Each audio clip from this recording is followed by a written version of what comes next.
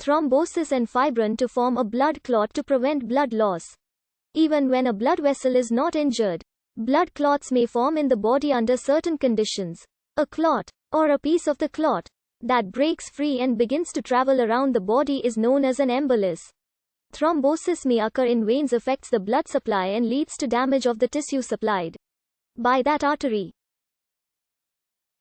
A piece of either an arterial or a venous thrombus can break off as an embolus, which can travel through the circulation and lodge somewhere else as an embolism. This type of embolism is known as a thromboembolism. Complications can arise when a venous thromboembolism lodges in the lung as a pulmonary embolism.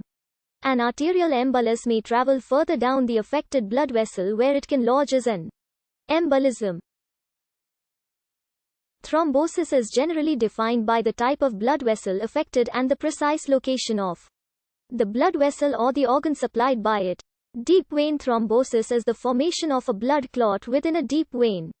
It most commonly affects leg veins, such as the femoral vein. 3 factors are important in the formation of a blood clot within a deep vein. These are the rate of blood flow, the thickness of the blood and qualities of the vessel wall. Classical signs of DVT include swelling, pain and redness of the affected area. Paget-Schroeter disease or upper extremity DVT is the obstruction of an arm vein by a thrombus. The condition usually comes to light after vigorous exercise and usually presents in younger, otherwise healthy people. Men are affected more than women. Budd-Chiari syndrome is the blockage of a hepatic vein or of the hepatic part of the inferior vena cava. This form of thrombosis presents with abdominal pain, ascites and enlarged liver. Treatment varies between therapy and surgical intervention by the use of shunts. Portal vein thrombosis affects the hepatic portal vein, which can lead to portal hypertension and reduction of the blood supply to the liver. It usually happens in the setting of another disease such as pancreatitis, cirrhosis, diverticulitis or cholangiocarcinoma. Renal vein thrombosis is the obstruction of the renal vein by a thrombus. This tends to lead to reduced drainage from the kidney. Cerebral venous sinus thrombosis is a rare form of stroke which results from the blockage of the dural venous sinuses by a thrombus. Symptoms may include headache, abnormal vision, any of the symptoms of stroke such as weakness of the face and limbs on one side of the body, and seizures. The diagnosis is usually made with a CT or MRI scan. The majority of persons affected make a full recovery. The mortality rate is 4.3%. Jugular vein thrombosis is a condition that may occur due to infection, intravenous drug use or malignancy.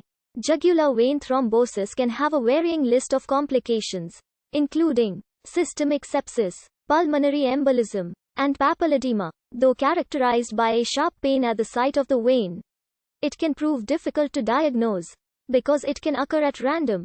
Cavernous sinus thrombosis is a specialized form of cerebral venous sinus thrombosis, where there is thrombosis of the cavernous sinus of the basal skull dura.